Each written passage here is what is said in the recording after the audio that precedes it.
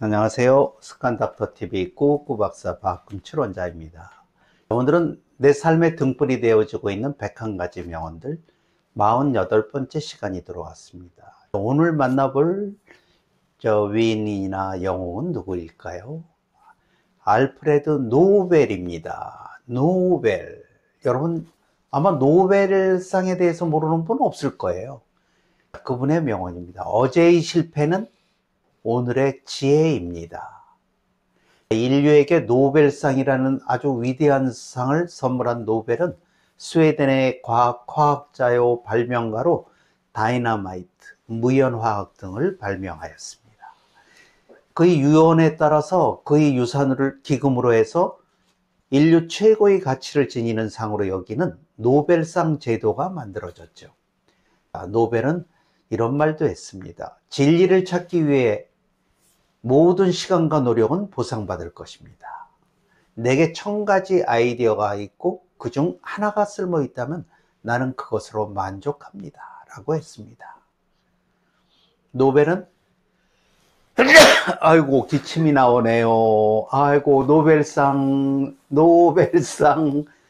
저도 노벨상 하나 타보려고 노력을 한번 해보겠습니다. 기침 나온 김에. 자, 너무들 웃으시네요. 다들 빵 터지셨네요. 노벨은 다이너마이트를 개발하기 위해서 수많은 실패, 정말 얼마나 많은 실패를 했겠습니까? 처음 뭐든지 만들 때 인류에게 없었던 어떤 것을 발명하는 데는 정말 수도 없는 실패가 뒤따르게 됩니다. 어느 분야든 성공한 사람들은 수많은 실패를 발판 삼아서 성공을 이룬 사람들입니다. 자, 그래서 성공은 많은 실패의 조각들로 이루어지는 금자탑이라고 할 수가 있죠. 실패는 성공으로 가는 과정이 될 수 있습니다.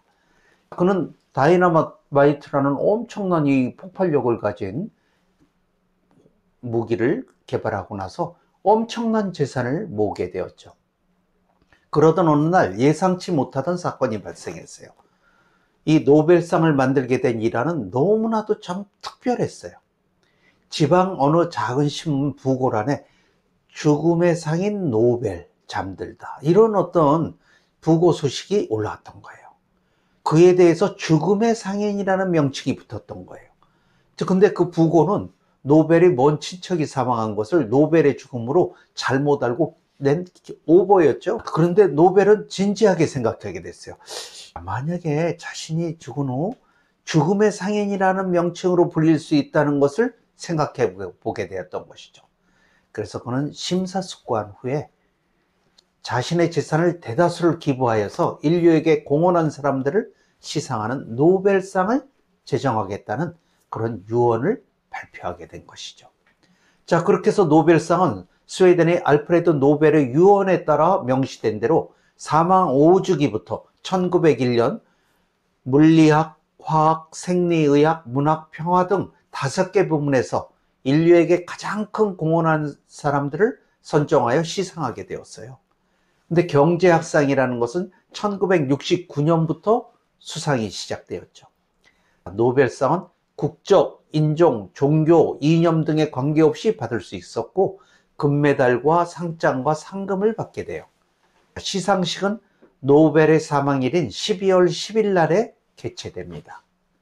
성공한 사람들에게는 언제나 남모르는 노력과 그 실천이 있었어요. 실패는 항상 성공으로 가는 과정이자 밑거름이 됩니다. 그런데 만일 지방신문 그런 부고 오보가 난 죽음의 상인이라는 그런 일이 없었다면 과연 노벨이 이런 결정을 할 수 있었을까요?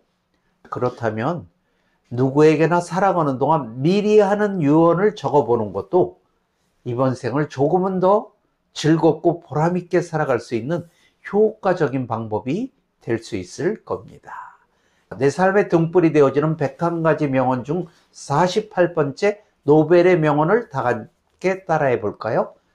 어제의 실패는 오늘의 지혜입니다.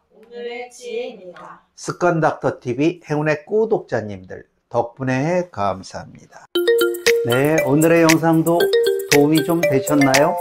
자, 도움이 되셨다면 우리 행운의 구독자님들 구독, 좋아요 덕분에 감사합니다.